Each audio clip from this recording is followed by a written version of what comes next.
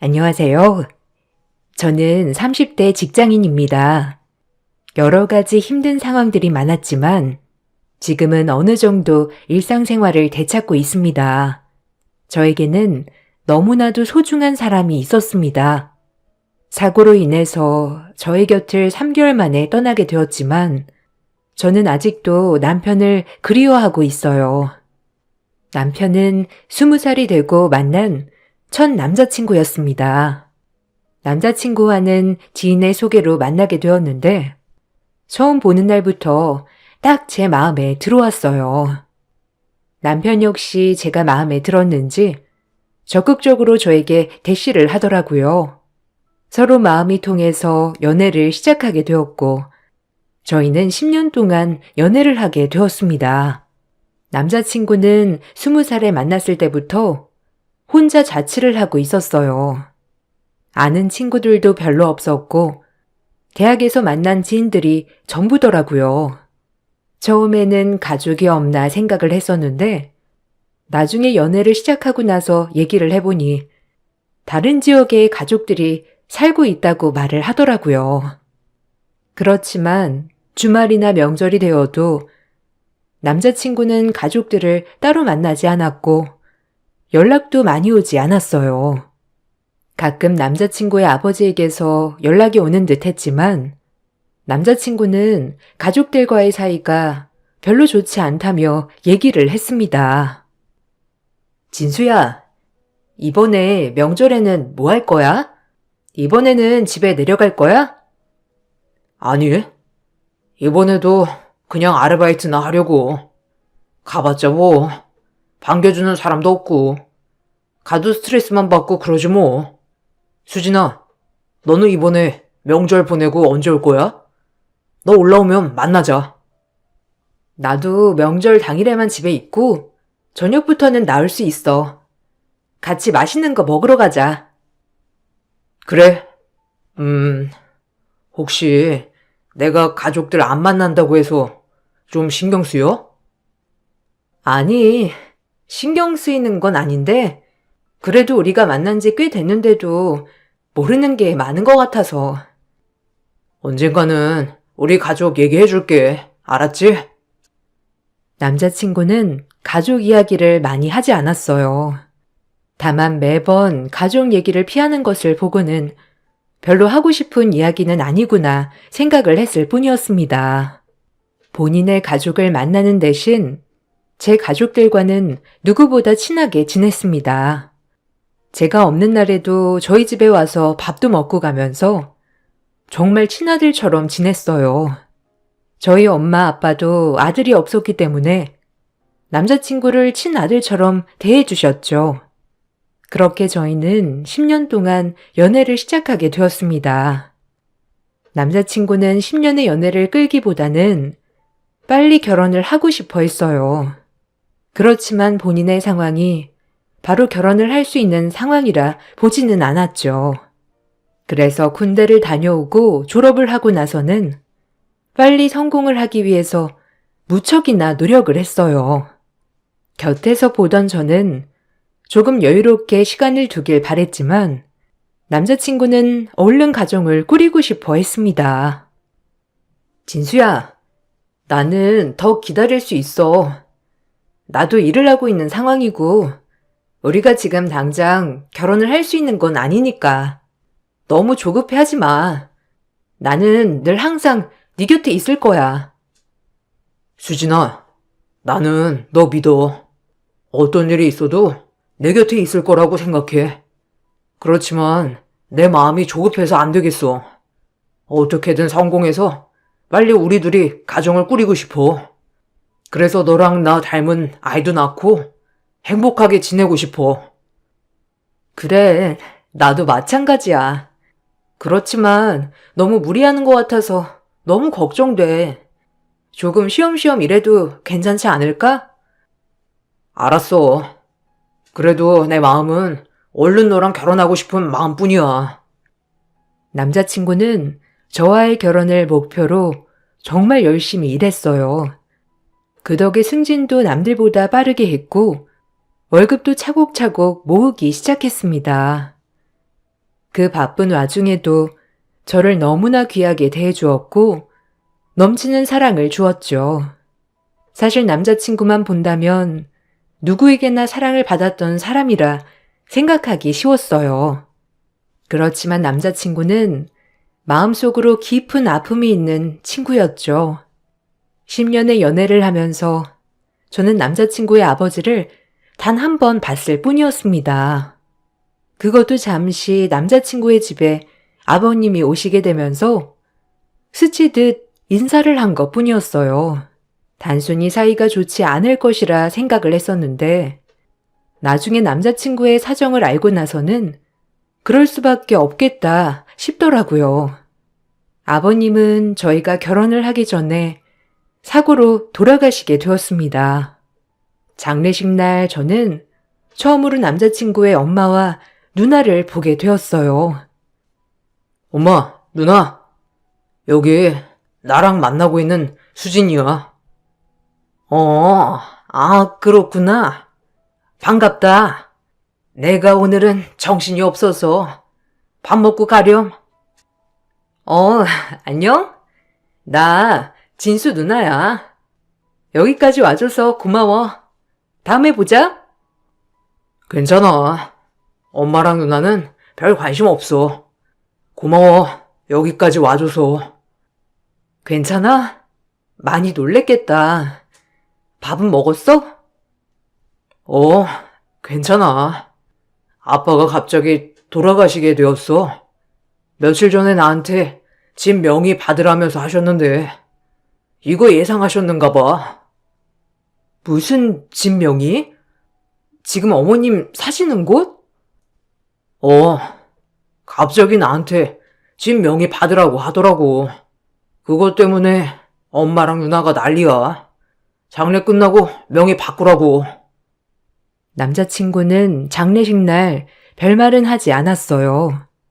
다만 장례를 치르기 전에 아버님께서 갑자기 본가집 명의를 남자친구 명의로 바꾸겠다며 이야기를 하시고 바꾸게 되었는데 그 며칠 후에 아버님께서 돌아가시게 되었거든요. 남자친구는 뭔가 아버지가 예상을 하신 것 같다며 매우 슬퍼하기도 했습니다. 저도 그때는 남자친구의 곁을 지켜주면서 함께 슬퍼했어요. 저희 부모님도 남자친구 아버님의 장례식에 참석을 하셔서 같이 슬퍼하셨죠. 그렇게 큰 슬픔까지 함께 하면서 저는 앞으로 평생 이 친구와 함께 해야 되겠다 다짐을 했습니다. 서로를 의지하면서 연애를 하던 끝에 10년의 연애를 마치고 결혼을 하게 되었습니다. 결혼 허락을 받기 위해 시댁을 갔을 때 시모와 시누이는 사실상 우리의 결혼에 별 관심이 없었어요. 딱히 반대를 한 것도 아니지만 그렇다고 반기는 것도 아니었죠. 그래, 진수랑 결혼하겠다고? 뭐 10년 연애했으면 결혼할 만도 하겠네. 어디서 하려고? 식장은 어차피 지역이 달라서 어디로 할지는 아직 안 정했는데 진수랑 저랑 직장이 있는 지역이 같은 지역이라 그쪽으로 하는 건 어떨까 생각하고 있어요. 어머님 생각은 어떠세요? 그래, 너네 맘대로 해. 어차피 초대할 친척이 있는 것도 아니고 가봤자 나랑 얘 누나밖에 더 가겠니? 그럼 예단이나 이런 건 어떻게 하시면 좋으실까요? 그런 것도 필요 없어. 그냥 날 잡고 말만 해줘. 참석할게. 결혼 날짜를 잡은 이후에도 간섭이란 것도 없었고 크게 관심이 없었어요. 결혼을 하고 난 이후에는 달라지지 않을까 생각을 했었는데 결혼을 하고 난 이후에도 저희에게 크게 관심이 없었답니다. 심지어 명절에 연락을 해도 시큰둥하고 각자 보내자는 말만 들었을 뿐이었어요. 어머님, 이번에 명절에 전날에 가볼까 생각을 하는데요. 전날에? 왜? 우리 명절 음식 하는 것도 아니고 굳이 찾아올 필요 없어. 진수가 무슨 말 안 하니? 아니요. 별말은 안 하는데 무슨 일 있나요? 아니다. 진수가 별말 안 했으면 됐다. 이번 명절은 그냥 각자 보내자꾸나. 아버지도 안 계시고 나도 그냥 혼자서 보내려고. 처음에는 시모의 이런 태도에 의아함이 컸어요. 남편에게 얘기를 해보아도 그냥 원래 그런 성격이라는 말만 들었을 뿐이었습니다. 주변에서는 결혼을 하고 나서 시댁과 너무 자주 만나서 스트레스를 받는다는 둥, 간섭을 너무 해서 트러블이 있다는 둥 여러 가지 이야기가 많았지만 저는 결혼을 하고 나서도 이전 생활과 다른 점이 하나도 없었죠. 어떤 사람들은 복받은 일이라고 말을 하기도 했지만 저는 이게 복이라기보다는 뭔가 수상하다고 생각을 하게 되었어요. 시모와 신우는 같이 한 집에 살고 있었지만 남편은 20살 이후로 쭉 독립을 해서 살아갔기 때문이죠. 시모는 남편의 생활에는 전혀 관심이 없었어요. 자취를 하면서도 엄마의 반찬이나 흔적을 한 번도 보지 못했죠.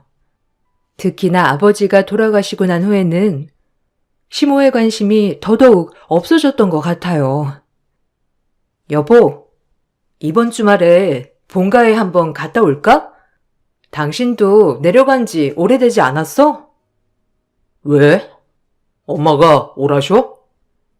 아니, 그런 건 아닌데 너무 안 뵌 지 오래된 것 같아서. 아니야. 굳이 신경 쓸 필요 없어. 엄마도 그런 거 싫어하고. 나도 주말에는 좀 쉬고 싶어. 그래도 안 가면 좀 서운해 하시지 않을까? 수진아, 우리 집은 신경 안 써도 돼. 우리는 그냥 각자 생활을 할 뿐이야. 시대가 없다고 생각해도 괜찮으니까 너무 신경 쓰지 마. 친하게 지낼 필요도 없어. 남편의 말에 약간의 의아함이 들었지만 아무리 캐물어봐도 자세한 얘기를 해주지 않았어요. 다만 어린 시절 엄마가 자신에게 냉정하게 굴었다는 말만 할 뿐이었습니다. 남편은 어릴 때부터 시누이와 차별을 당했다고 말을 했어요. 당신 왜 어머님이랑 사이가 별로 좋지 않아? 엄마는 나보다 누나를 더 좋아했어. 누나가 똑똑하고 혼자서도 이것저것 잘했거든. 거기다가 살갑고. 근데 나는 무뚝뚝하고 공부도 잘하지 못했으니까 아마 엄마도 나보다 누나가 좋았겠지. 에이, 그런 게 어딨어. 엄마인데. 우리 엄마도 나 공부 못하고 말 안 들어도 내 딸 그러는데? 그러게. 우리 엄마는 왜 그랬을까 모르겠어. 그냥 그렇게 지내다 보니까 엄마랑 점점 멀어진 것 같아. 그러니 앞으로도 엄마랑 크게 친해지려고 노력하지 않아도 돼. 알겠지? 남편은 어릴 적부터 시누이와 차별 대우를 받으면서 마음의 문을 닫았다고 얘기를 했어요. 어릴 적에는 시모도 자신에게 관심을 두었지만 점점 자신이 거리를 두기 시작하니 시모도 자신에 대한 관심이 줄었다고 말을 하더라고요. 그때는 그럴 수 있다고 생각을 했었죠.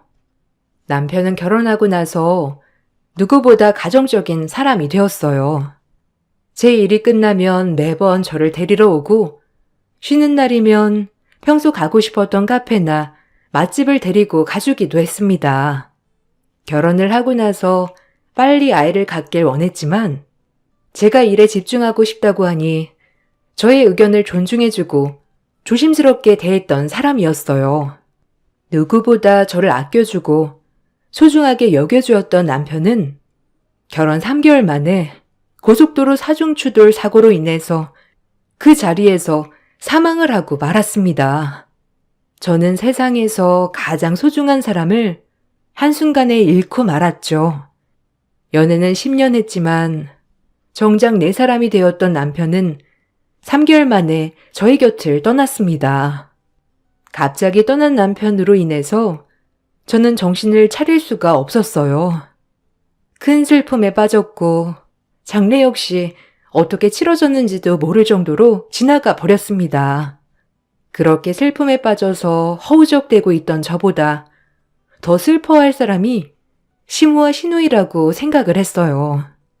그렇지만 이상하게 남편의 장례식 날 시무와 시누이는 슬퍼하는 모습을 보이지 않았어요.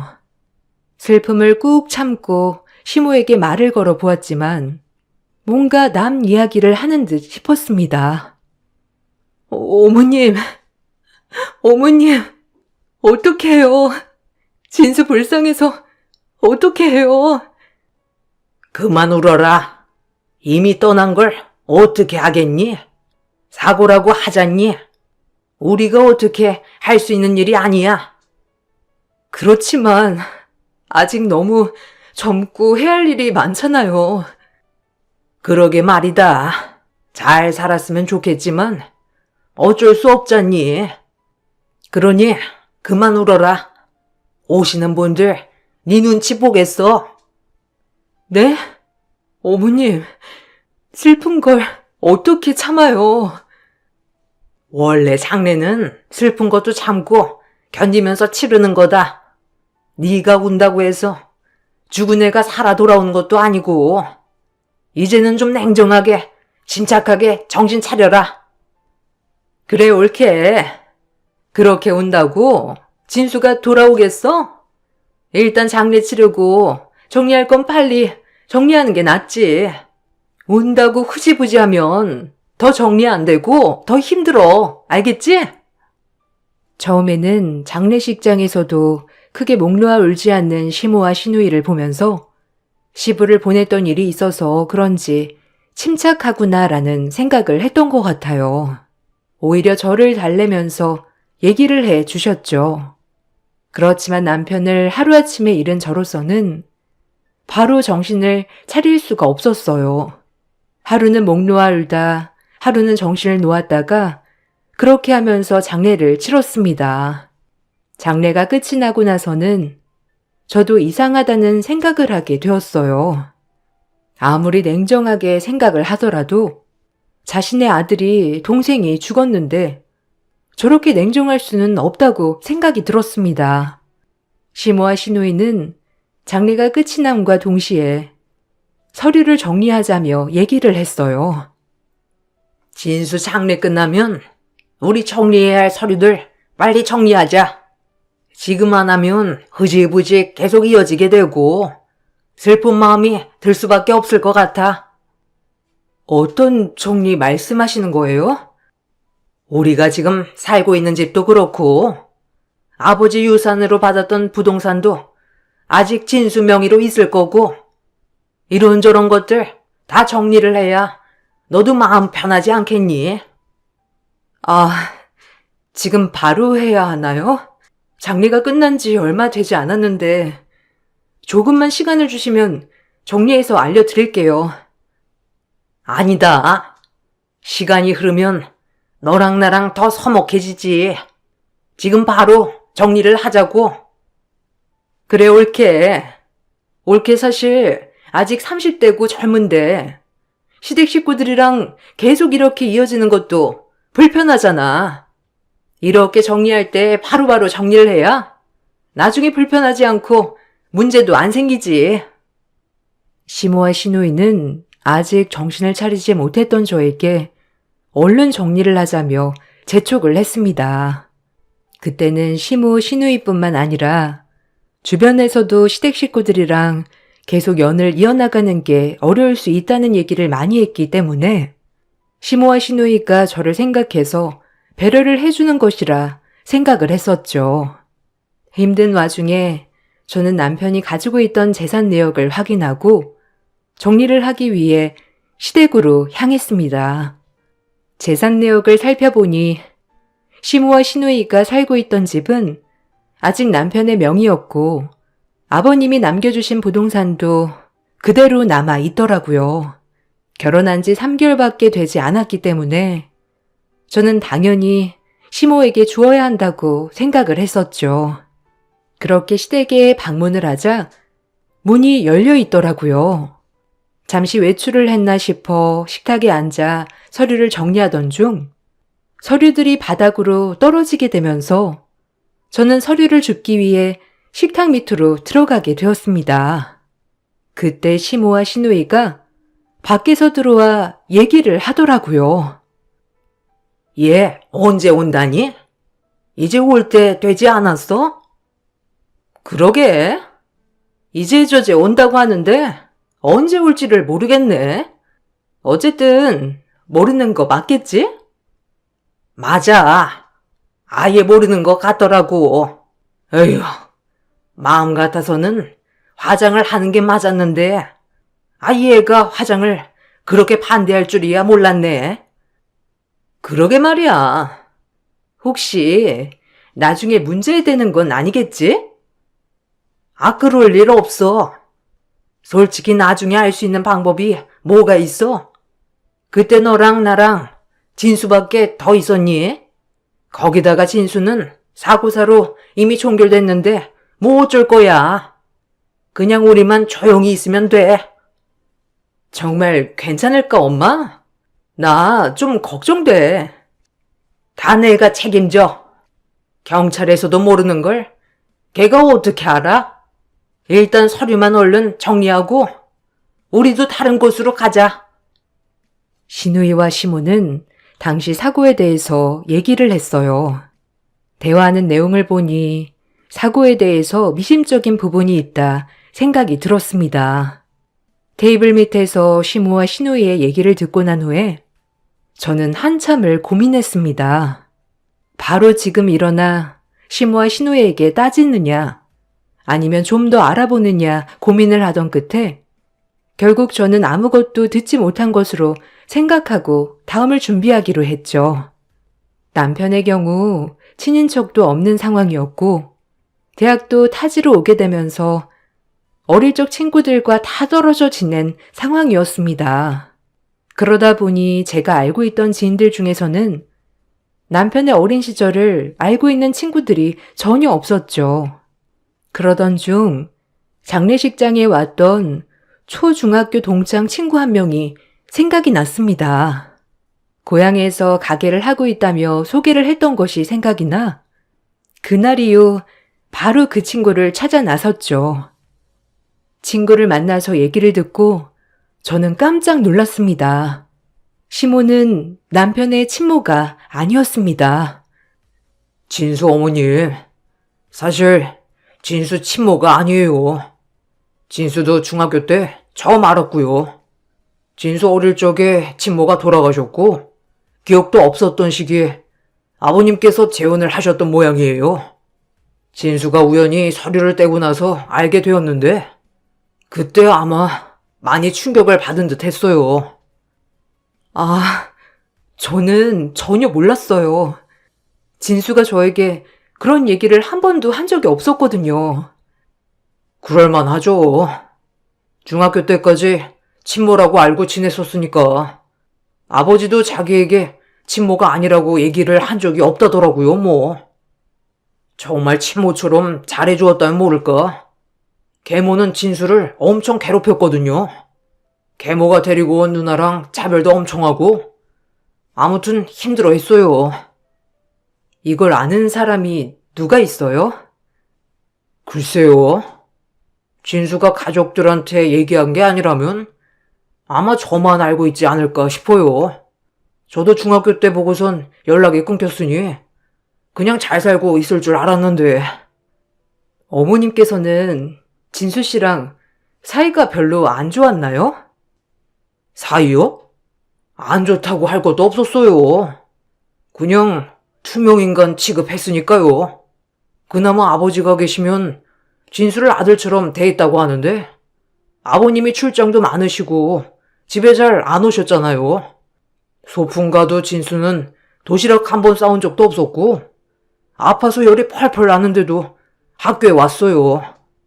안 가면 어머니가 혼낸다고 해서 진수 누나는 그 시기에도 좋다는 학원이며 메이크옷이며 다 입고 다녔는데 진수는 크면서 교복이 작아져도 새로 사주질 않으셨어요.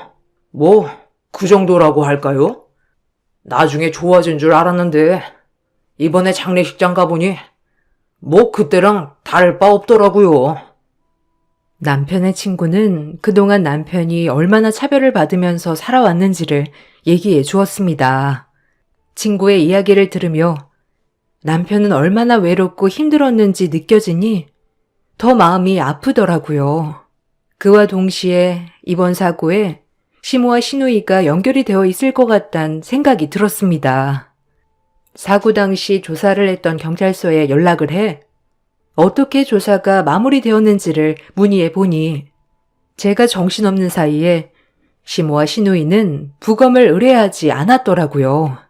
경찰 측에서도 남편이 운전을 하면서 졸았던 흔적이 있었기 때문에 졸음운전으로 인한 사중 추돌 사고로 결론을 지은 상태였습니다.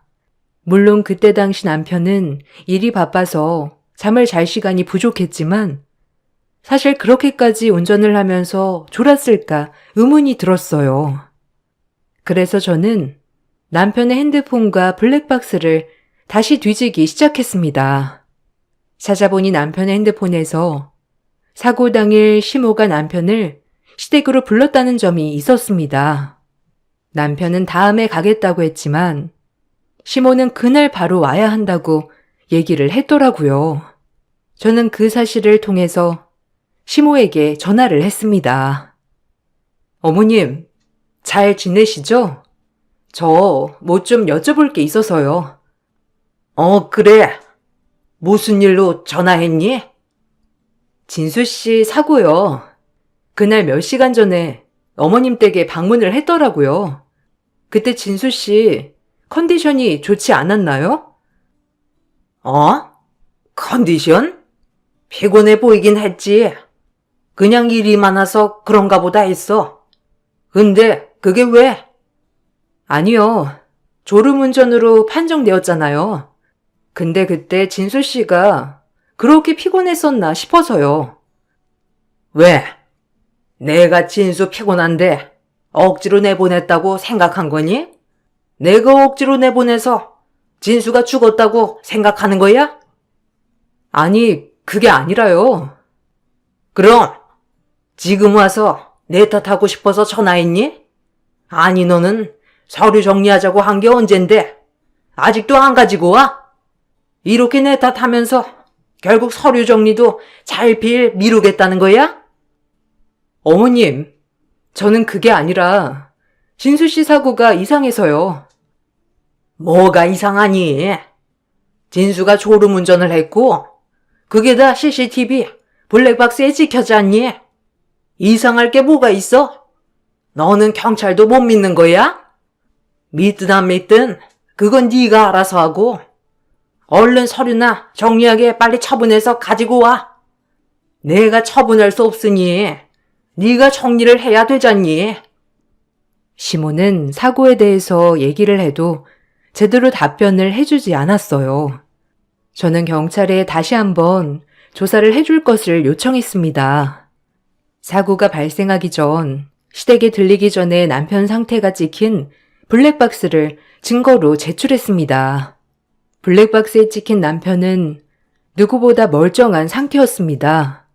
거기다 시댁에 들렸을 때 시모의 이름으로 처방된 수면제 내역을 토대로 의심스러운 점이 있다고 주장했습니다.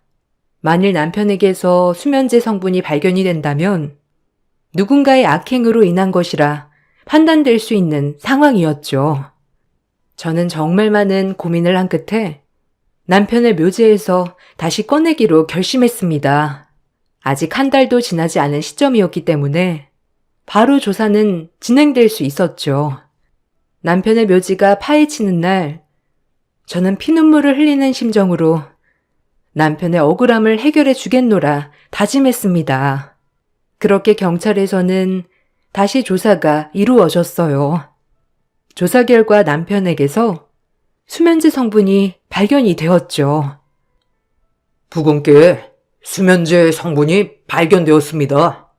당시 단순 졸음운전으로 인한 사고사로 판명되었는데 다시 조사가 이루어지게 될 것 같습니다. 수면제 성분이 나왔다고요? 남편은 한 번도 수면제를 먹어본 적이 없어요. 그건 조사를 좀 더 해봐야 할 것 같습니다. 남편분께서 당시 수면제를 처음 복용한 것일 수도 있고, 다른 사람이 준 수면제를 복용했을 수도 있으니까요. 우선 조사를 해보고 알려드리도록 하겠습니다. 경찰 측에서는 남편이 수면제를 처방받아 먹었을 가능성이며 다른 사람에게 받았을 가능성 등을 모두 열어두고 조사를 시작했고, 조사 결과 남편은 한 번도 수면제 처방을 받은 이력이 없다는 것이 드러났습니다. 수상하게 생각을 한 경찰은 시모와 시누이의 처방 내역을 모두 확인을 했습니다. 그러자 시모와 시누이가 사고가 있기 전부터 꾸준히 수면제를 처방받은 사실이 드러나게 되었어요. 시모와 시누이는 저에게 억울함을 이야기했습니다. 예, 너는 내가 진수 죽였다고 생각하는 거니? 내가 아무리 못돼도 그렇지. 수면제로 애를 죽였다고? 아직 판명된 게 없어요. 제가 어머님이 죽였다고 하는 게 아니라 진수 씨 사망에 대한 조사를 하는 거예요. 진수 사고에 대해서 조사하는데 왜 내 처방 내역서를 모두 알아보는 거니? 거기다가 진수 누나 처방 내역도 왜 알아보는 거고? 너희 우리가 진수 죽였다고 생각하는 거잖아. 어머님, 저는 어머님이 진수 씨 죽였다고 한 적 없습니다. 그게 아니면 뭔데? 너 지금 나 협박하려고 그러는 거니? 재산 우리한테 한 푼도 줄 수 없다고 하는 거야? 어차피 진수가 다 동의도 했던 내용인데 내가 그래도 네가 와이프니까 네 얘기 먼저 들어주려고 한 거야. 네? 그게 무슨 말이세요? 진수 그때 우리 집 왔을 때 이미 서류에 도장도 다 찍고 갔다. 이거 지장이니까 가서 감별을 받든지 해봐. 시모는 사고가 발생하던 날 남편이 시모가 살고 있던 집 명의를 시모의 명의로 변경한다는 서류에 지장을 찍었던 서류를 내보였습니다. 저는 그것을 보고 이것 때문에 시모가 남편에게 수면제를 먹였을 수도 있겠다 생각이 들었어요. 저는 남편의 억울함을 위해서라도 끝까지 진실을 밝혀야 한다고 생각을 했습니다. 경찰 측에서도 계속해서 조사가 이루어졌어요. 그러던 중 시모는 저에게 결정적인 말을 하게 되었어요. 어머님, 집 명의 어차피 진수 씨가 어머님께 드린 거잖아요. 진수 씨 그때 명의 변경하려고 어머님 댁으로 간 거예요? 그래. 그날 전부터 바꾸고 싶었는데 시간이 안 돼서 못 바꾸다가 이번에 바꾸러 온 거라고 하더라. 어머님, 그때 진수 씨 중요한 회의가 있었어요. 회사에 알아보니까 급한 일이 있다며 반차를 쓰고 갔다고 하더라고요. 통화한 내역도 보니 부동산 사장님이랑도 통화를 한 내역이 있었어요. 제가 사장님께 여쭤보니까 명의 변경이 아니라 집 처분 때문에 연락을 한 거라고 하는데요. 뭐? 그 사람이 뭘 안다고 그래? 우리 집에는 명의 변경하겠다고 왔어. 너는 이 서류 보고도 못 믿겠니? 서류에 그 사람 지장 빼고는 쓴 글자 하나도 없잖아요. 그 사람 이름을 쓴 것도 없고 날짜며 아무것도 쓰지 않은 상태에서 그냥 지장만 찍혀 있는데 어떻게 이게 정상적인 계약인지 아나요? 그럼 이게 정상적인 계약이지 불법이니? 어쨌든 지장만 찍으면 되잖아. 자고 있든 뭐하든 지장만 찍으면 되는 거지. 자고 있어요? 어떤 상태든지 상관없다는 얘기다. 난 너한테 더 할 말 없고 여기 집은 진수가 생전에 동의해서 명의 바꾸기로 한 거니까 그냥 넌 서류 정리할 필요 없이 내가 알아서 하겠다. 저는 시모와의 대화 내용을 증거로 제출했고, 시모와 시누이는 경찰의 조사를 받게 되었습니다. 조사 과정에서 시모는 남편에게 수면제를 탄 영양제를 주었다는 사실이 드러나게 되었죠. 남편은 그걸 먹고 나서 시댁에서 잠시 잠이 들었던 모양이었어요. 그러다 일어나 서둘러 회의에 참석을 하기 위해서 올라오던 중 비몽사몽한 상태에서 사고가 발생하게 된 것이었죠. 결국 시모가 준 수면제를 탄 영양제가 남편의 사고로 이어지게 했던 결정적인 증거였습니다. 저는 그 사실을 알고 나서 경악을 금치 못했어요. 시모와 시누이는 경찰에 송치가 되었습니다. 알고 보니 시모와 시누이는 남편과 혈연 관계가 아니었기 때문에 상속에 대한 권한이 전혀 없던 상황이었어요. 이 상황에서 남편이 갑자기 죽게 된다면 자신들이 살고 있는 집마저 남에게 넘어갈까 두려워 명의를 바꾸기 위해 이 상황을 만들게 되었던 것이었습니다. 나중에 만난 시모는 저에게 사실을 털어놓으며 잘못을 고했어요. 어떻게 그러실 수 있어요? 전혀 미안하지 않으셨어요? 미안했다. 난 그렇게까지 사고가 날 줄 몰랐어. 이미 한 번 집에서 자고 나간 상황이니 다 깼는 줄 알았지. 사고까지 날 줄이야 상상도 못했다고. 난 단지 집 명의만 바꾸고 싶었을 뿐이야. 진수 아빠가 죽을 때 나한테 집이라도 넘겨줬다면 난 이렇게까지 안 했어. 진수한테 여러 번 집 명의 달라고 얘기를 했는데 걔는 죽어도 안 된다고 하더라. 그럼 어떡해? 어떻게든 집 명의 받아야지. 미안하다. 그래도 자식이잖아요. 어머님 배 아파 난 자식 아니어도 진수 평생을 같이 자란 엄마잖아요. 난 걔 내 자식이라고 생각해 본 적 없다. 아마 걔도 그걸 알았겠지. 그러니 나한테 집 명의를 절대로 주지 못한다고 했을 거야.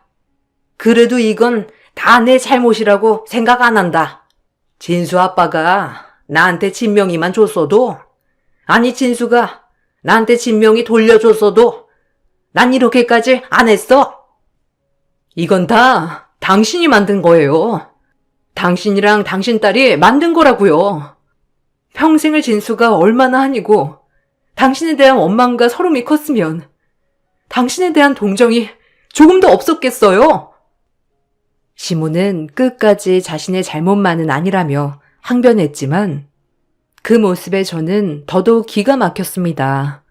사건은 고의적으로 시모가 사고를 내기 위해 수면제를 먹였던 것이 아니라는 점은 밝혀졌지만 시모가 먹인 수면제로 인해 사고가 발생한 것으로 판명이 되면서 시모와 시누이는 처벌을 받게 되었습니다. 가족으로 인하여 고의 사고가 발생하는 사례들이 많다는 건 알고 있었지만 이렇게 직접 경험할 것이라고는 생각하지도 못했네요. 그래도 뒤늦게나마 진실을 알게 되어서 다행이라 생각합니다. 억울하게 세상을 떠나게 되었던 남편의 마음이 조금이나마 풀렸기를 바라봅니다. 저의 기막힌 이야기 끝까지 들어주셔서 감사합니다.